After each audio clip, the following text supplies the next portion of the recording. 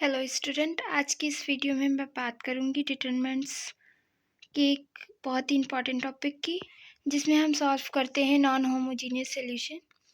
So what is the condition to find the solution is infinite, unique, or we can say no solution. So first of all, we know that what is the non-homogeneous equation. So a equation in which the order or the degree does not same. Here we can see यहाँ पे x की 1 degree है, इसकी power 1 है, यहाँ पे y की power 1 है, यहाँ पे z की पावर 1 है। बट अगर हम राइट हैंड पे देखें तो d की पावर d एक कांस्टेंट टर्म है और यहाँ पे कोई भी x या y या z का कोई टर्म नहीं है, तो हम कह सकते हैं कि ये जो इक्वेशन है ये एक नॉन होमोजीनियस इक्वेशन है। So what is the condition? First case है if d does not equals to zero. यहाँ पे d का मतलब है हमारे डिटरमिनेंट से, जैसा कि ये एक डिटरमिनेंट है। सो इसी तरह से अगर डिटरमिनेंट की वैल्यू 0 के इक्वल नहीं है देन और सो हम कह सकते हैं कि x equals to D X upon D, Y equals to D Y upon D and z equals to D Z upon D. ये जिन लोगों ने डिटरमिनेंट पढ़ा होगा उन्हें एज अ क्रैमर रूल ये कंडीशन पता होगी। सो यहाँ पे हम क्रैमर रूल लगा देंगे और उसके अकॉर्डिंग हम वैल्यू फाइंड कर लेंगे। तो क्रैमर रूल से जो हमें सोल्यूशन मिलेगा वो एक यूनिक सोल्यूशन होगा। इसके बाद आती है कंडीशन सेकंड, जिसमें है कि if d equals to zero and at least d x और d y at least any one at least any one solution not zero, then it is called no solution. Third है हमारा if d equals to dx equals to dy equals to dz equals to zero, dx dy dz इन सब की value मतलब ये zero के equal है and at least one of minor of d not zero, then infinite solution, then it is known as the infinite solution। मतलब जो भी हमें वैल्यू प्राप्त होगी उस सोल्यूशन को हम क्या कहेंगे? Infinite solution.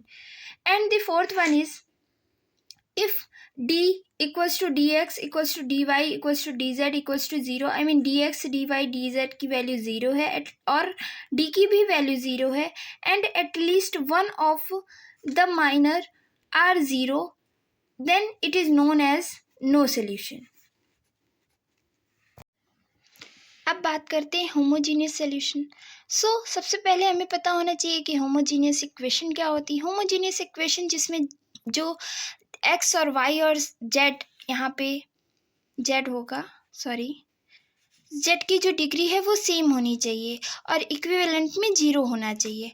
सो हमें यहाँ पे इक्वेशन दी हुई है a1x plus b1y plus c1z equals to 0, similarly other two, then what is the d equals to हम लिख सकते हैं a1 b1 c1 a2 b2 c2 and a3 b3 c3।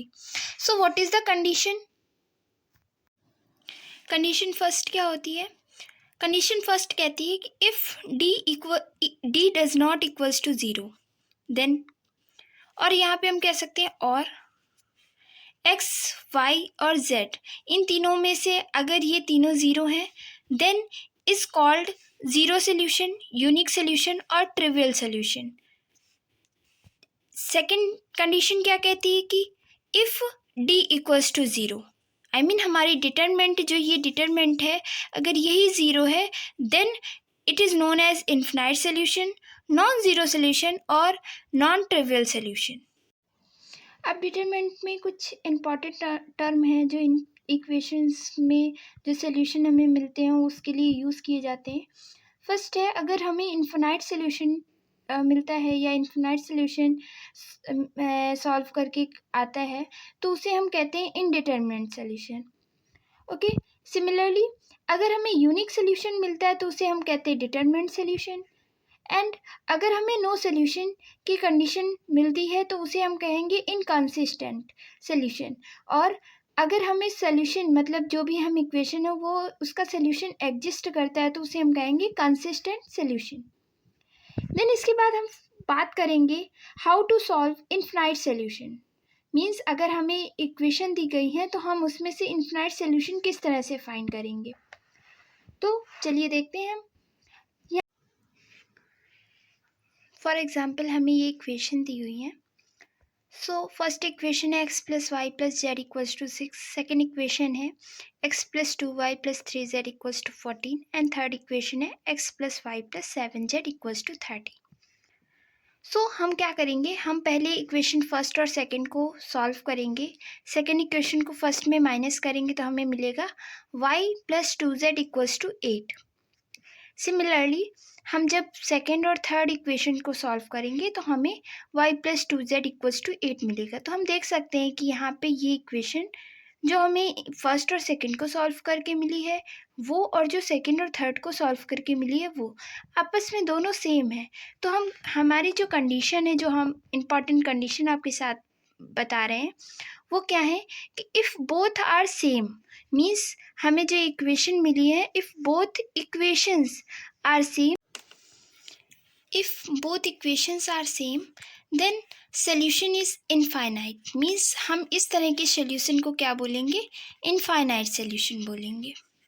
Okay, then second condition हमारी क्या है कि if left are same, means हमें कुछ इस तरह से इक्वेशन मिली होती कि y plus 2z equals to 7 और y plus 2z equals to 5। तो यहाँ पे हम देख सकते हैं कि जो ये इक्वेशन है दोनों, इनके लेफ्ट साइड सेम है। तो हम इस तरह की इक्वेशन से मिले हुए सोल्यूशन को क्या बोलेंगे, या इस तरह के सोल्यूशन को हम क्या बोलेंगे, नो सोल्यूशन। और थर्ड है हमारी इंपॉर्टेंट कंडीशन कि if both equation are different, मतलब ये वाली इक्वेशन भी अपने आप में डिफरेंट होती और ये वाली भी डिफरेंट होती, तो उसे हम कहते unique solution. Thank you so much.